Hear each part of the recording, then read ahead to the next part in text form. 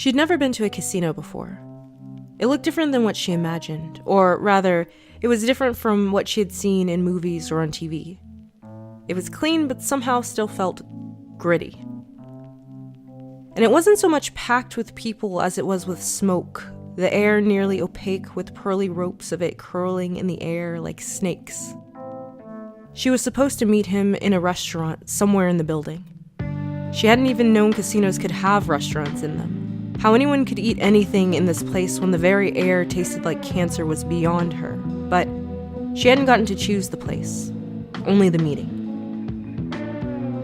This was definitely a bad idea. Her common sense railed at her that meeting a stranger from the internet in person was dumb, especially when it was through Craigslist, but after their email exchange, she couldn't not see what this was all about. She tried to reassure herself with the fact that he had chosen a very public place to meet, and she had her location on and shared with her mother and 2 best friends. Nothing would happen, but if it did, she was sure someone would be able to find her. She wandered her way through the click-clang-slam of slot machines and the shick-shick shuffle of cards in the hands of dealers, amazed she could hear anything over the clashing of different musics being pumped out from hidden-away speakers and the themed machines that she passed. Her eyes stung from the stink of smoke, but flickered left and right, trying to keep up with the colorful world as it slipped by her.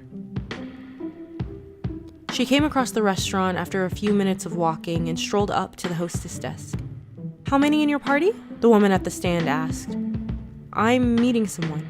Should be under the name Nadler." The woman looked at the list in front of her. "Yes, the other half of your party is already seated. I'll take you over." She followed the woman into the dining room. The place was pretty full considering it was nearing 2 a.m. on a Tuesday, but it was immediately obvious which table they were headed for. Straight ahead of them, a man sat alone, a plate of pancakes in front of him being slowly demolished by the steady movement of his fork from plate to mouth. His hair was cut very short to his head. So short she couldn't tell if it was brown or blonde. His nose was short but pointed, mouth wide, ears tall but pasted close to the sides of his head. His eyes were focused on his plate, so she could not be sure what color they were, but she guessed dark. "Here you are," the hostess said, stopping beside him at the table. The man did not look up from his intent destruction of the pancake stack. "Your waiter will be along soon."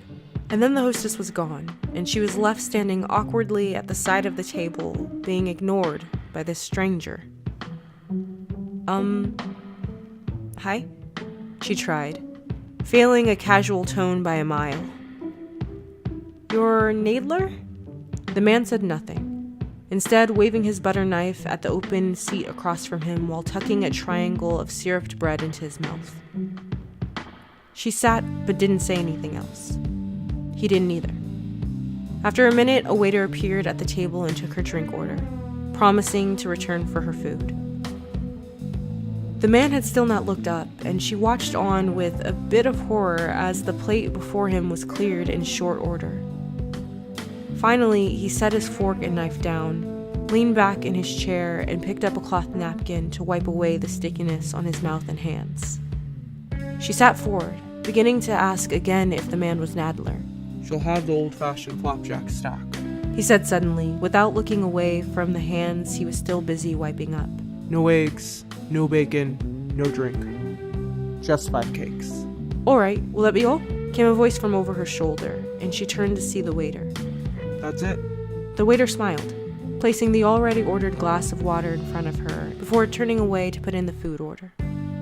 She turned back around to address the man. "Why are you—" "What exactly do you find so unsatisfying about your life?" he said over her, eyes flickering upward to finally meet hers. She had been right. They were an unimpressive dark brown color.